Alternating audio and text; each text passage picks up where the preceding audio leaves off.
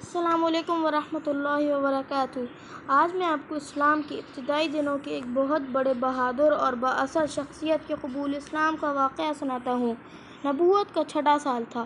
ایک طرف آپ صلی اللہ علیہ وسلم دین کی دعوت کفار تک پہنچانے میں سرگرم عمل تھے، اور دوسری طرف کفار نے آپ صلی اللہ علیہ وسلم کی دعوت کو دبانے کے لیے مسلمانوں پر ظلم و ستم کا سلسلہ شروع کر رکھا تھا۔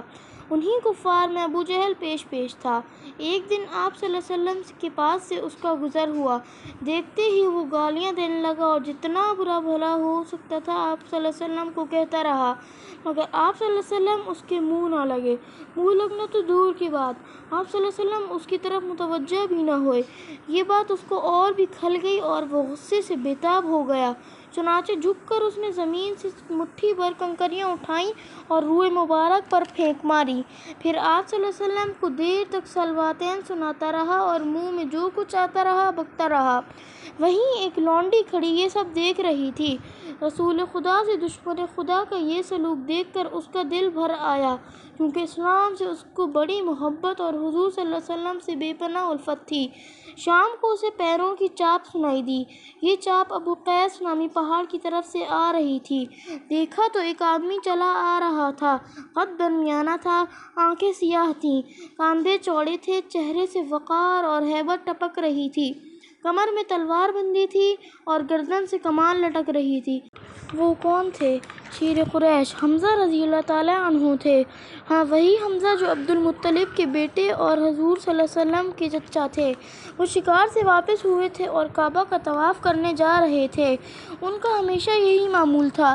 شکار سے واپس ہو کر وہ سب سے پہلے کعبہ جاتے، وہاں پہنچ کر طواف کرتے اور پھر گھر واپس آتے۔ حمزہ رضی اللہ تعالیٰ عنہ قریب ہوئے تھے تو لونڈی بولی، ابو عمارہ، کیا آپ لوگوں میں غیرت نام کو نہ رہی کہ بنی مخزوم کے غنڈے محمد صلی اللہ علیہ وسلم کو اتنی آزادی سے ستا رہے ہیں؟ حمزہ رضی اللہ تعالیٰ عنہ چلتے چلتے رک گئے اور ان نے پوچھا، عبداللہ کی لونڈی، تو کیا کہہ رہی ہے؟ لونڈی نے جواب دیا، میں کیا بتاؤں، آج تمہارے بھتیجے پر کیا بیتی۔ محمد صلی اللہ علیہ وسلم یہیں پر تھے کہ اتنے میں کہیں سے ابو جہل بھی آ گیا۔ آتے ہی اس نے وہ گالیاں دیں کہ میں تو سر پیٹ کر رہ گئی۔ پھر اسی پر بس نہ کیا تو مٹھی بھر کنکریاں بھی اس نے ان کے منہ پر دے ماری۔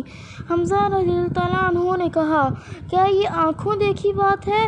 لونڈی بولی، ہاں، میری ان آنکھوں نے دیکھا ہے اور میرے ان کانوں نے سنا ہے۔ یہ سنا تھا کہ حمزہ رضی اللہ تعالیٰ عنہ غصے سے لال ہو گئے، چنانچہ لپک کر وہ کعبہ گئے اور آج کسی سے کوئی بات چیت نہ کی، سلام تک نہ کیا۔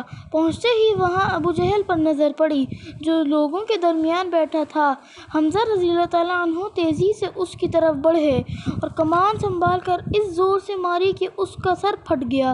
اب کیا تھا، خون کا فوارہ جاری ہو گیا اور پورا چہرہ لہو لہان ہو گیا۔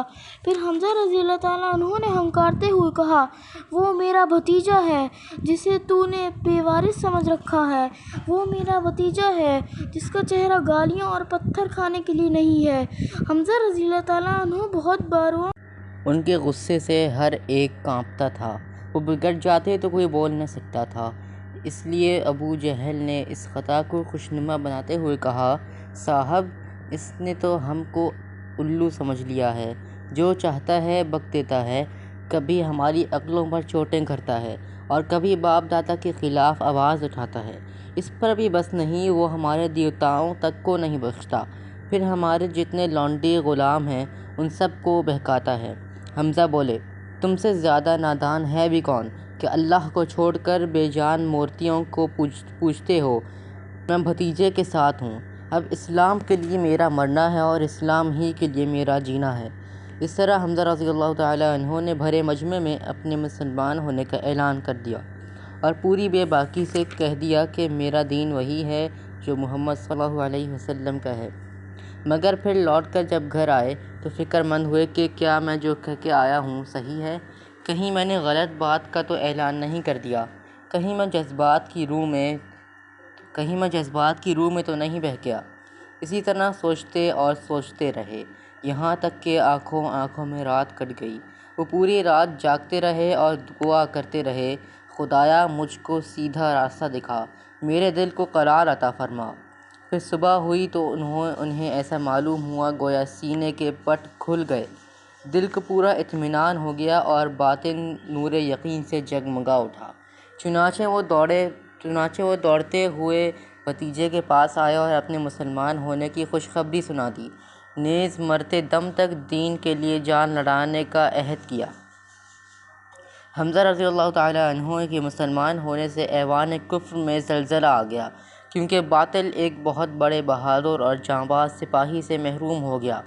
حمزہ رضی اللہ تعالیٰ عنہ کے اسلام لانے سے آپ صلی اللہ علیہ وسلم کو کتنی خوشی ہوئی، اس کا اندازہ کون کر سکتا ہے۔ لوگوں نے دیکھا کہ اس وقت چہرہ گلاب کی طرح کھلا ہوا تھا اور چاند کی طرح چمک رہا تھا۔ نیز اسی وقت بے اختیار آپ صلی اللہ علیہ وسلم کے منہ سے نکلا، خدایا حمزہ کو ثابت قدم رکھ، کیونکہ حمزہ رضی اللہ عنہ قریش کے سب سے بڑے پہلوان تھے۔